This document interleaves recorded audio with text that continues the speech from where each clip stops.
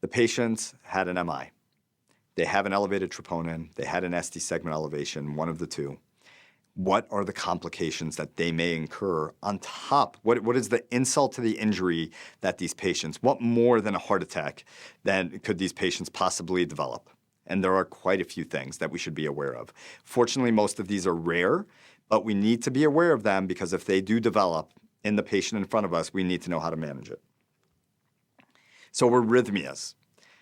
If you get an inferior STEMI, which tends to have a better prognosis than the anterior STEMIs, some of the issues that you could develop include a first-degree AV block, sinus bradycardia, a second-degree type 1 Winky block. They're not on the slide because those tend to be less poor of prognosis, the inferior STEMI-associated bradycardias. You can atropine and pace those patients. But the arrhythmias that have a poor prognosis tend to occur as a result of large infarcts from an anterior infarct.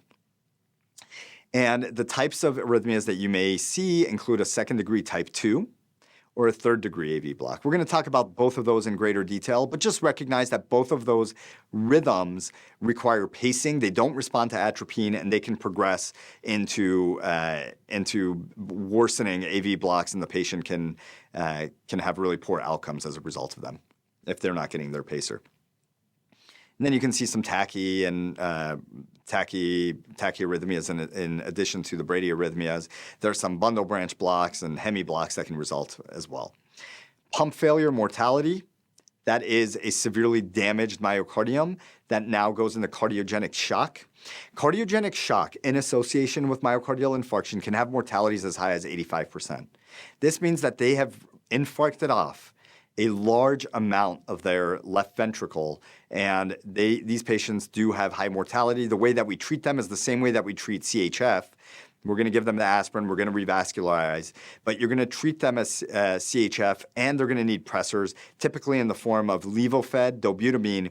And not only will they need pressors, but they're going to need some definitive management, some structural support in the form of an intra-aortic balloon pump or some sort of ventricular assist device. This is bad news.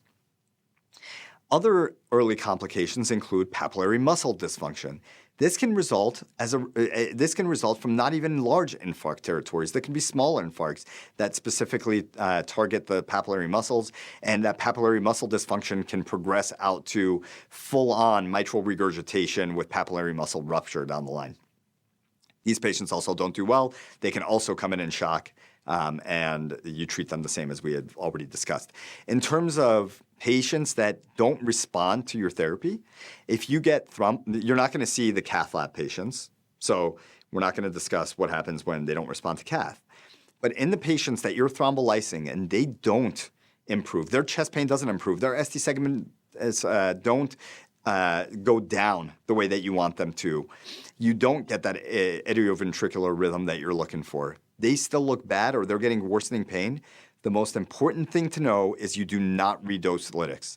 That is a failure of thrombolysis, and those patients require rescue PCI. That should be the answer on the boards. Other complications of acute MI, particularly in an inferior STEMI. If you get an inferior STEMI and there's certain EKG findings, the patient can have a right ventricular infarction. What this does for the patient is that it can cause a constellation of symptoms that include hypotension, JVD, but also clear lungs. It's a right-sided infarct, so it's only going to cause backup to the system. It's not going to cause backup to the lung like we see with left-sided infarctions.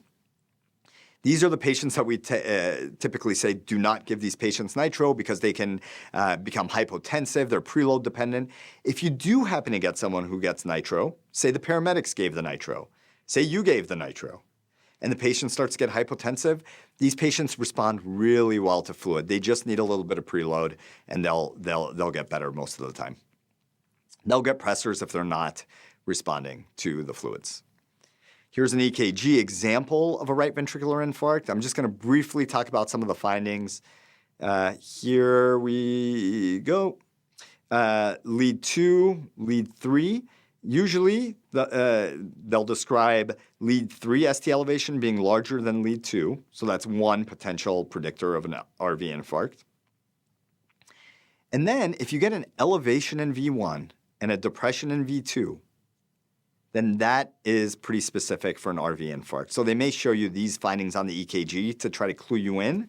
You have an inferior MI, lead 3 is greater than lead 2, lead V1 is elevated, lead V2 is depressed. Those are all clues, all predictors that you may be suffering from a right ventricular infarct, and these are patients who you should try to avoid nitro, and if they are hypotensive, give them some fluids.